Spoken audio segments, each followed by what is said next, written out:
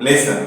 ठीक है, हमारे नए लेसन का नाम है अरिथमेटिक प्रोग्रेशन। ठीक है, अरिथमेटिक प्रोग्रेशन का मतलब क्या होता है, देखिए यहाँ पर कैसा होगा पता है, नंबर्स दी जाएंगे जैसे T1, T2, T3, T4, T5 ऐसे नंबर दिए जाएंगे। ठीक है, अब क्या करना है, मतलब ये हमें मानना होता है नंबर क्या दिया जाएगा, जैसे यहाँ पे नंबर दिया 2, 4, 6, 8, 10 ये नंबर दे दिया। ठीक है, तो ये 2 है, इसको T1 मान लो, 4 को T2, 6 को T3, 8 को T4 और 10 को T5। ऐसे आगे भी नंबर दे सकते हैं और कुछ भी नंबर दे सकते हैं, हमको ऐसे ही क्या करना है, एज्यूम करना है। ठीक है, अब अरिथमेटिक प्रोग्रेशन किसे कहा जाता है, अरिथमेटिक प्रोग्रेशन का डेफिनेशन क्या है, टू कॉन्सेक्यूटिव टर्म्स के बीच का जो डिफरेंस होता है वो कांस्टेंट होना चाहिए, मतलब फिक्स होना चाहिए, मतलब इनके बीच का डिफरेंस, इनके बीच का डिफरेंस, इनके बीच का डिफरेंस, इनके बीच का डिफरेंस और आगे जितने भी नंबर आएंगे उनके बीच का डिफरेंस जो होगा सबका सेम आना चाहिए।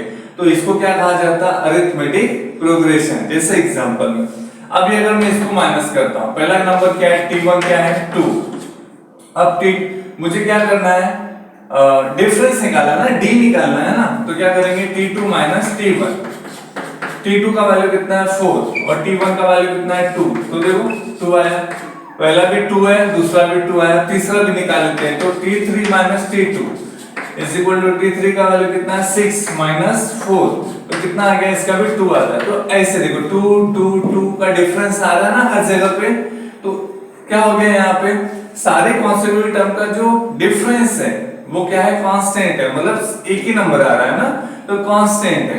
ठीक है, तो इसे क्या कहा जाएगा, अरिथमेटिक प्रोग्रेशन। अगर कांस्टेंट नहीं आता है तो क्या होगा, वो अरिथमेटिक प्रोग्रेशन नहीं है। तो आप लोगों को समझ में आया ये चीज। ठीक है, तो चलो प्रैक्टिस सेट 3.1 स्टार्ट करते हैं। तो स्टूडेंट हम आ गए क्वेश्चन नंबर 1 के 1 पर। मैं एक सम भी इसका अगर बता दूंगा ना आप लोगों को एकदम बेहतरीन तरीके से समझ में आ जाएगा। ठीक है, तो पहला क्वेश्चन देखिए, 2 4 6 8 डैश डैश डेसिमल आगे भी नंबर हो सकता है। तो मैंने पहले क्या बताया, क्या माना उसको, T1 T2 T3 T4, तो यहां लिखेंगे T1 कितना है 2, T2 क्या है 4, T3 क्या है 6 और T4 क्या है 8। ये मैंने मान लिया, T1 T2 T3 T4 मैंने मान लिया। सबसे पहले क्या करेंगे, जो T1 है ना उसको लिख लो, therefore T1 is equal to 2। अब क्या करेंगे, आगे के नंबर्स निकालेंगे। कैसे निकालेंगे, यहाँ पर जैसे T2 minus T1, T2 minus T1 निकालना है, T2 माइनस T1 कितना होगा, T2 का वैल्यू कितना है 4 माइनस 2 कितना आ जाता है 2, इसका भी 2 आ गया, इसका भी 2 ही था। ठीक है, अब T3 T2 देखो याद रखना, आगे के नंबर लेना है, इसको लेना है फिर इसको लेना है फिर इसको लेना है फिर इसको लेना है, ऐसे। ठीक है, तो देखो T2 माइनस T1, तो अब यहाँ पे क्या आ जाएगा, इसके नीचे T3 आ जाएगा और यहाँ पे क्या आ जाएगा T2, इधर 1 2 3 4 चलेगा, यहाँ पे देखो ऊपर में लिखा 1 2 3 4 ऐसा चलने वाला है। तो T3 का वैल्यू कितना है 6 माइनस T2 का वैल्यू कितना है 4, तो कितना आ जाएगा, इसका भी 2 आ जाएगा। ठीक है, अब T4 भी है ना, तो T4 माइनस T3, यहाँ पे लाइन से 4 आया है, यहाँ पे 3 आया है। ठीक है, अब क्या आएगा 8 माइनस कितना है, इसका वैल्यू T3 का 6, इसका भी 2 आ गया। मतलब अगर ध्यान से देखोगे ना आप लोग, तो सारे का सारे वैल्यू कितने आ रहे हैं, 2 2 2 2 ही आ रहे हैं। ठीक है, तो क्या लिखेंगे अब यहाँ पर ये यहाँ तक खत्म हो गया ना, देखो सबका नंबर सेम आ रहा है, तो अभी हम आंसर आ गया आप लोगों का, तो क्या लिखेंगे, the difference between two consecutive number is constant। Constant का मतलब समझ में आया आप लोग को, कांस्टेंट का मतलब होता है सेम नंबर आ रहा है। ठीक है, हेंस यहाँ पे आएगा hence it is arithmetic progression and common difference is कितना आ रहा है, कॉमन डिफरेंस 2। ठीक है, तो तुम्हें क्या करना है, हर एक स्टेटमेंट में T1 T2 ऐसे ही आने वाला है, ये वाला पार्ट केवल चेंज करना है। और यहाँ पर क्या होगा, कांस्टेंट होगा तो कांस्टेंट लिखना है, कांस्टेंट नहीं है तो कांस्टेंट नहीं है, ठीक है, ऐसा लिखना होगा। तो ये तुम्हारा क्या हो गया, पहला आंसर हो गया। तो मैंने क्या लिखा बता देता हूं, difference between two consecutive number is constant. अभी देखो सब जितने भी नंबर है ये कॉन्सेक्यूटिव है सारे के सारे, तो इनके बीच का जो डिफरेंस है वो क्या हो रहा है, कांस्टेंट हो रहा है। कांस्टेंट मतलब एक ही आ रहा है, 2 2 2 2, है ना।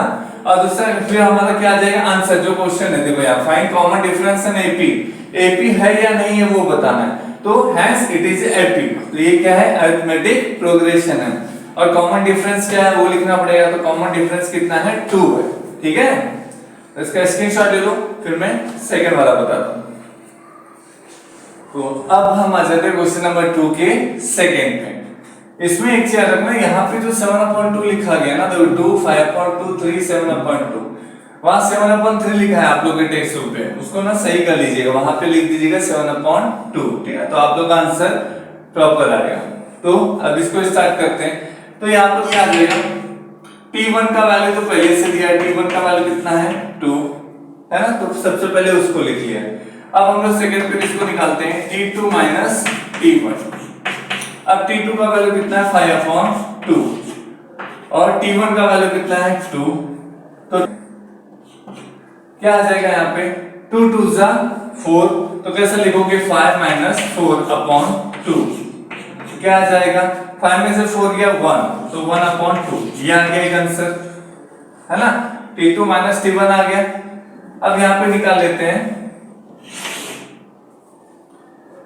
T3 माइनस T2, ठीक है, ये T2 माइनस T1 था, कैसे किया समझा नहीं, 2 2 जा 4, इसका इससे मल्टीप्लाई किए, फिर इससे इसको माइनस किया और नीचे 2 आया, 5 में से 4 गया 1 और नीचे 2 लिखा हुआ है, ठीक है।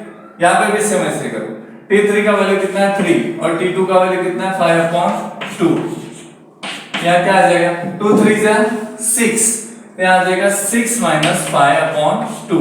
अब इसको माइनस करोगे तो भी 1/2 ही आता है ना, 6 में से 5 गया तो 1 और अपॉन में 2 लिखा है तो 1/2 ही आएगा। अब यहाँ T4 माइनस T3, अब T4 का वैल्यू कितना है 7/2, तो यहाँ लिखेंगे 7/2 माइनस, और T3 का वैल्यू कितना लिखा हुआ है, T3 का वैल्यू है 3, ठीक है। अब इसका भी सेम वैसे करो, तो कैसा आ जाएगा, यहाँ पर यहाँ से करता हूँ मैं ऊपर से, 2 3 जा 6 आ जाता है, तो क्या आ जाता है यहाँ पे 7 माइनस 6/2, तो कितना आता है, 7 में से 6 गया 1/2, ठीक है, इसका भी 1/2 आ जाता है, ठीक है। तो स्टूडेंट आप देखोगे कि यहाँ पर भी जितने भी टर्म निकाले, देखो ये कॉन्सेक्यूटिव टर्म है, ये कॉन्सेक्यूटिव टर्म है और ये कॉन्सेक्यूटिव टर्म है, अब देखोगे ना ध्यान से तो इनका वैल्यू सेम है, यहाँ 1/2 आया, यहाँ पे 1/2 आया और यहाँ पर भी 1/2 आया, तो इनके बीच का जो डिफरेंस है तीनों का सेम है ना। तो यहाँ पे आंसर में क्या लिखोगे, द कॉमन डिफरेंस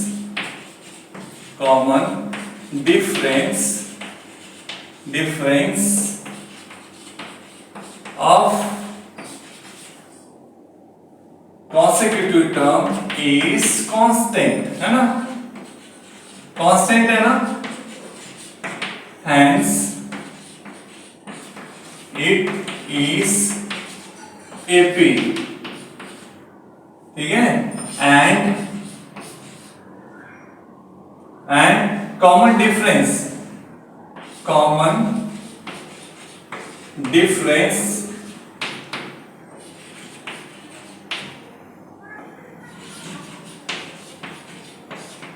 is 1/2, ठीक है। तो इस तरह से तुम्हारा ये आंसर हो गया, ठीक है, इसका स्क्रीनशॉट ले लो, फिर हम लोग थर्ड वाला करते हैं।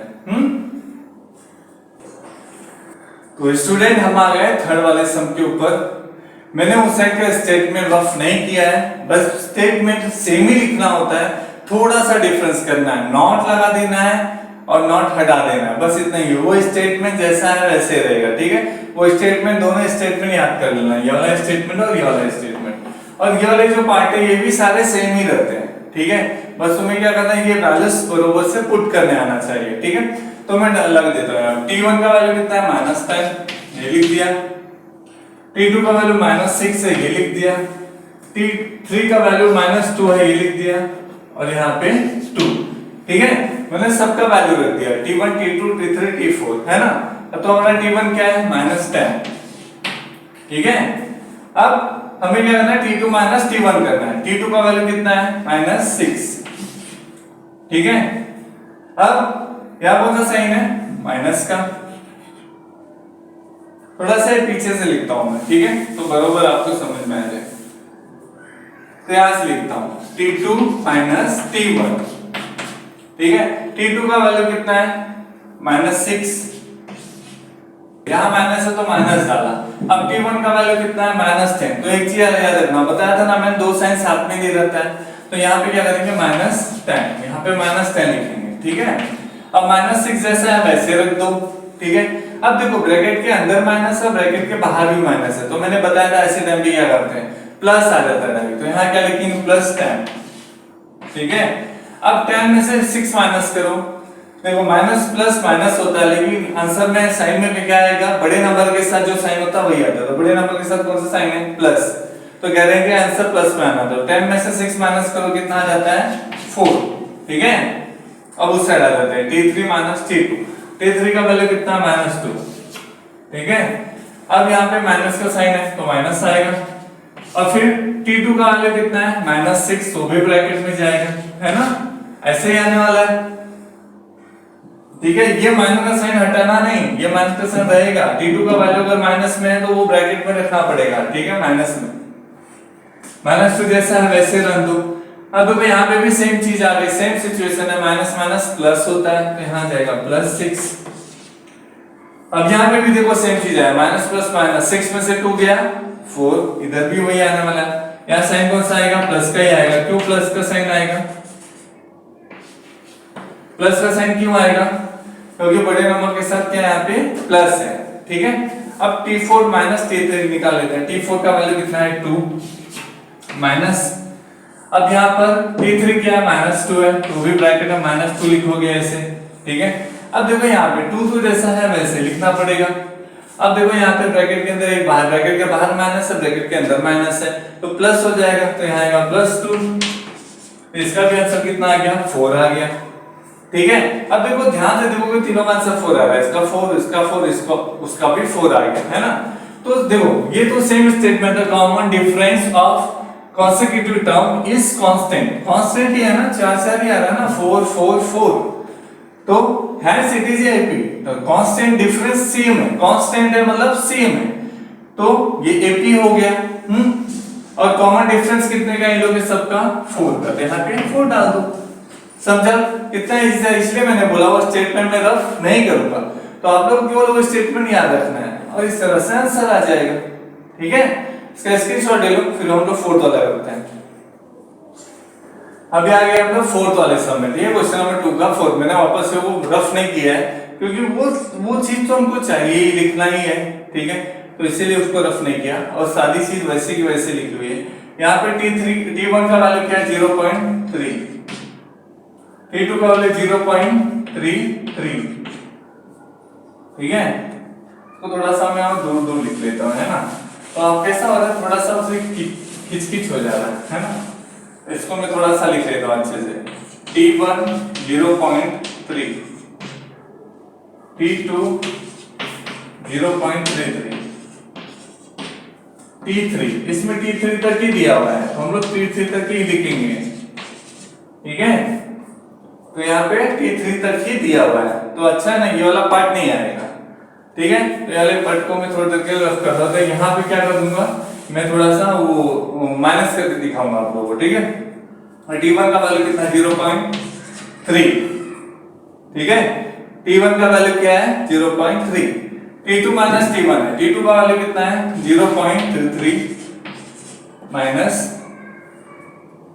क्या आ जाएगा 0.3, ठीक है, 0.33 माइनस 0.3।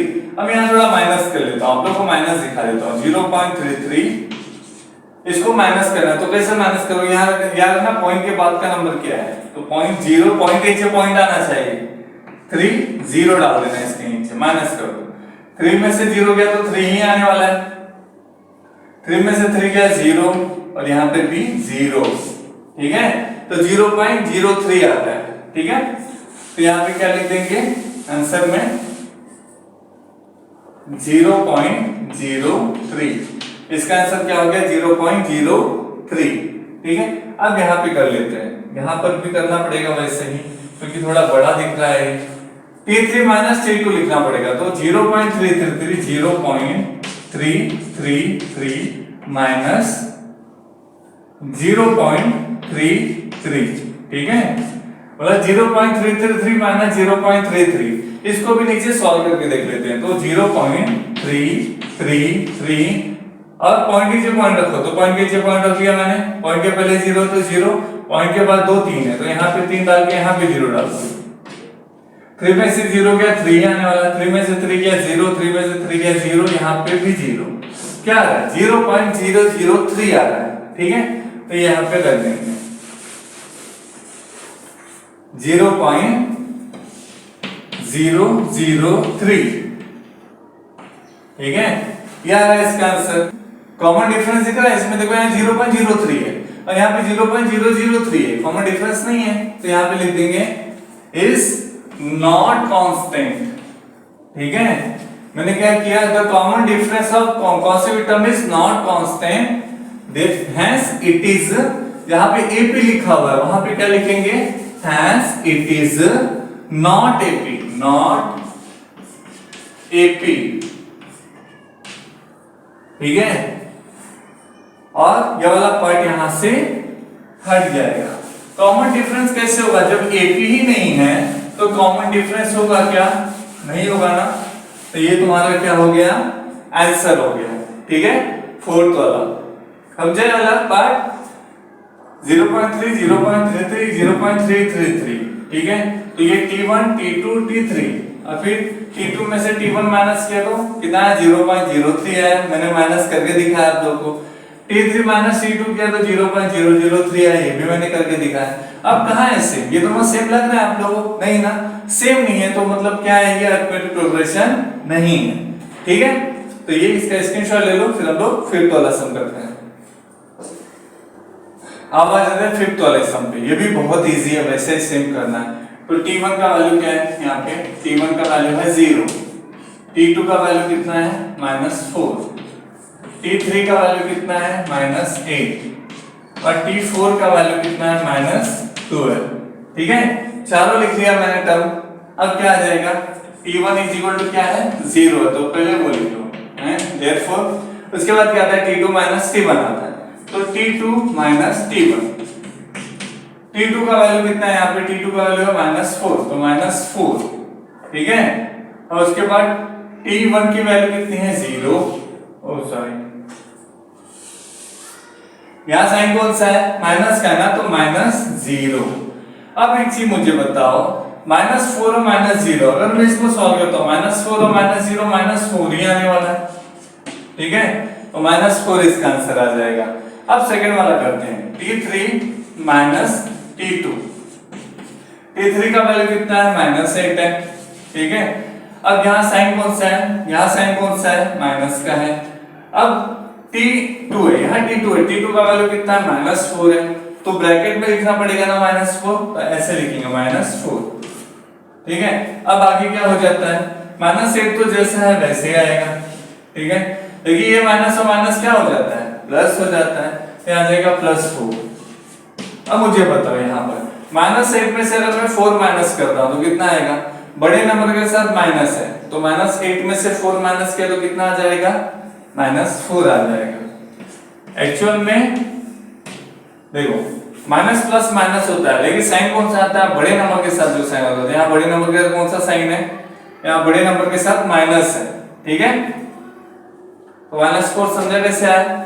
अब आ जाते हैं T4 T3, T4 T3, T4 का वैल्यू कितना है -12, अब इसका माइनस है तो लिखना ही पड़ेगा, अब T3 का वैल्यू कितना है -8 है, तो T3 का वैल्यू कितना है -8, तो वो रख दिया।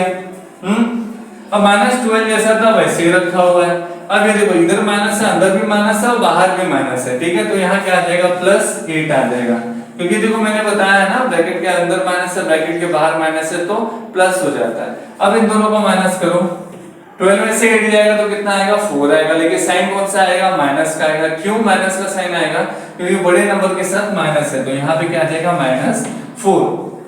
अब अगर ध्यान से देखोगे तो इनका जो कॉन्सेक्यूटिव टर्म है कॉमन डिफरेंस वो सेम आ रहा है, -4 तीनों का क्या आ रहा है सेम आ रहा है। तो हमारा स्टेटमेंट में क्या चेंजेस आ जाएगा, बस यहाँ से नॉट को हटा देते हैं हम, ठीक है, यहाँ से नॉट को हटा देते हैं और यहाँ से भी नॉट को हटा देते हैं, ठीक है, दोनों जगह से किसको हटा दिए नॉट को हटा दिए, तो क्या आ जाएगा यहाँ पे the common difference of consecutive term is constant, constant ही है ना, चारों का तीनों का -4 आ रहा है, -4 ही आ रहा है ना, तो हैज इट इज एपी, ये क्या है ये एपी है, इनका कॉमन डिफरेंस क्या है एंड कॉमन डिफरेंस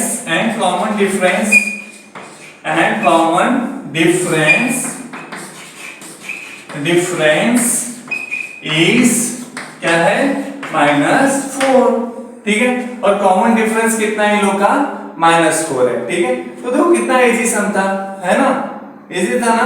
अब इसका स्क्रीनशॉट ले लो, फिर हम लोग यहाँ फिफ्थ हो गया 6 वाला करते हैं। अब आ जाते हैं क्वेश्चन नंबर 2 के सम नंबर 6 पर, ठीक है, तो यहाँ लिखा है -1/5 ये तो बहुत ज्यादा इजी है, तो फटाफट कर लेते हैं इसको। T1 कितना है -1/5,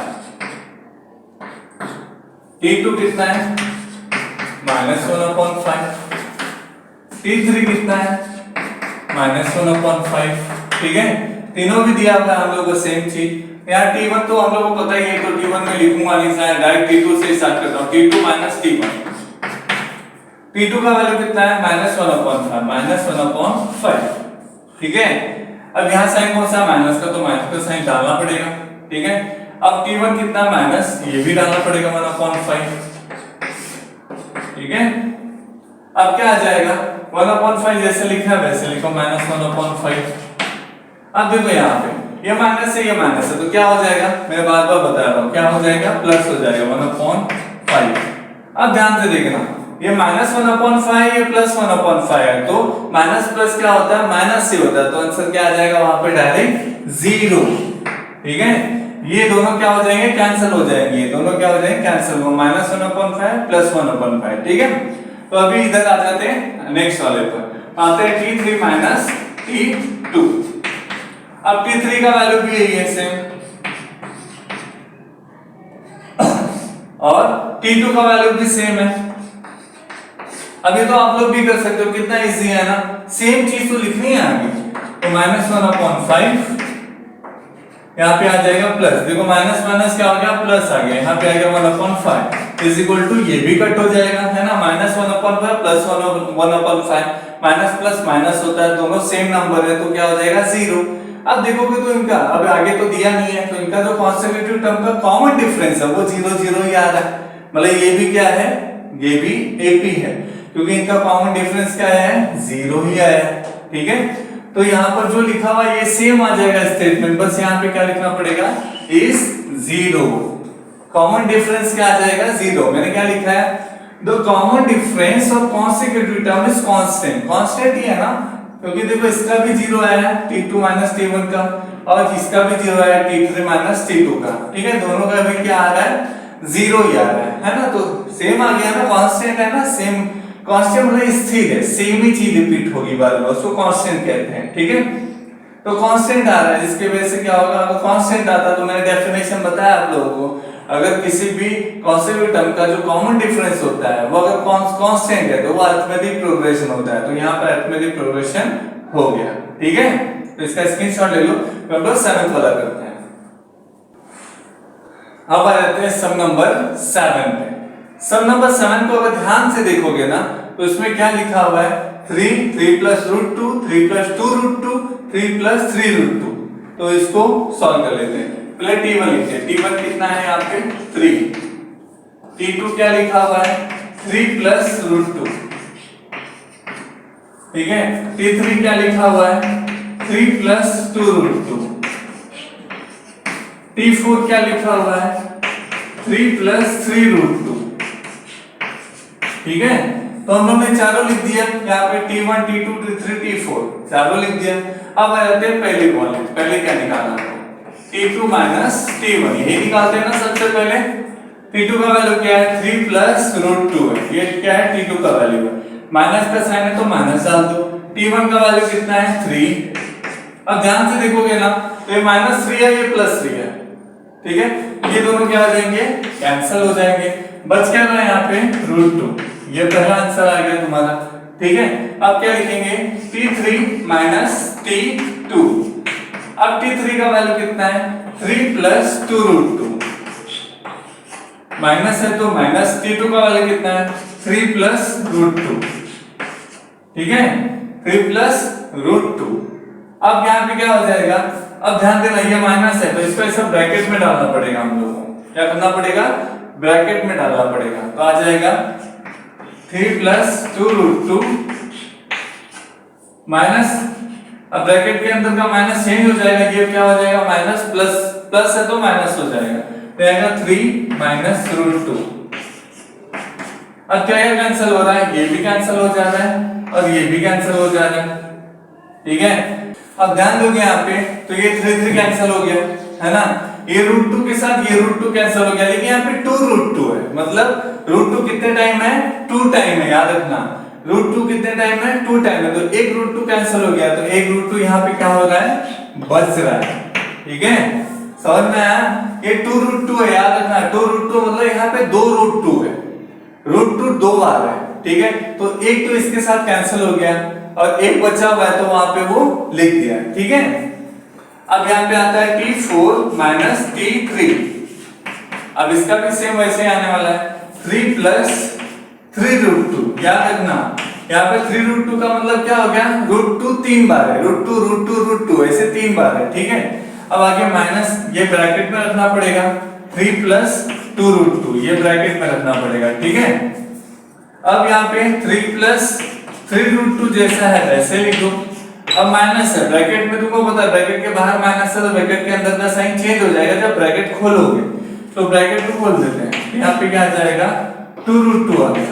अब ध्यान से देखो ये 3 से ये 3 कैंसिल हो गया, अब इस 2√2 से 3√2 कैंसिल हो जाएगा, होगा, लेकिन इसमें का एक √2 अभी भी बचा है, याद रखना ये 2√2 है, 2√2 मतलब √2 दो बार और यहाँ पे 3√2 है, मतलब यहाँ √2 कितनी बार है 3 बार है, तो एक √2 यहाँ बच रहा है ना, तो यहाँ पर क्या डाल देंगे यहाँ पे एक √2 आ जाएगा, ठीक है।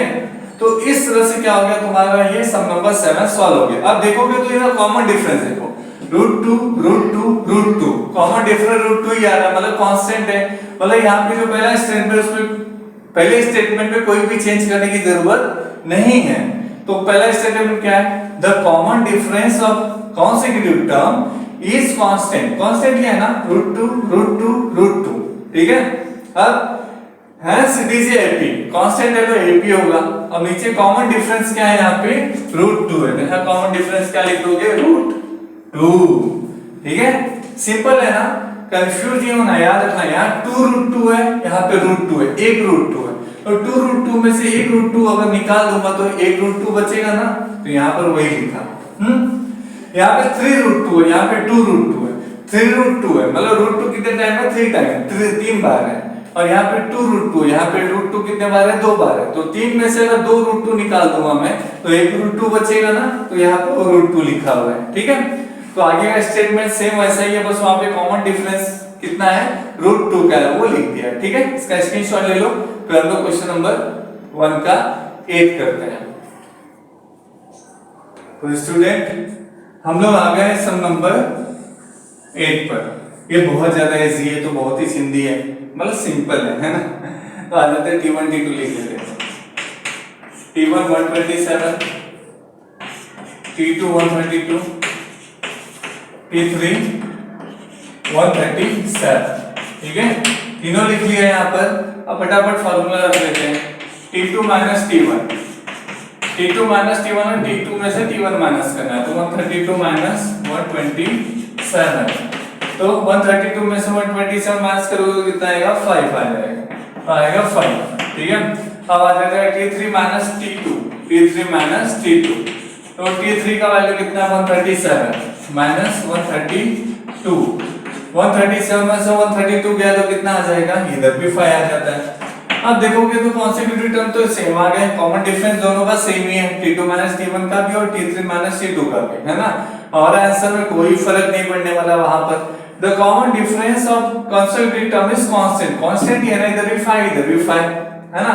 अब hence it is AP and common differences, common difference क्या है 5, ठीक है, कांस्टेंट है तो कांस्टेंट है तो एपी होगा, है ना। तो ये बहुत सिंपल सा छोटा सा सम था, इसका स्क्रीनशॉट ले लो, तो हम लोग क्वेश्चन नंबर 2 स्टार्ट करते हैं, ठीक है।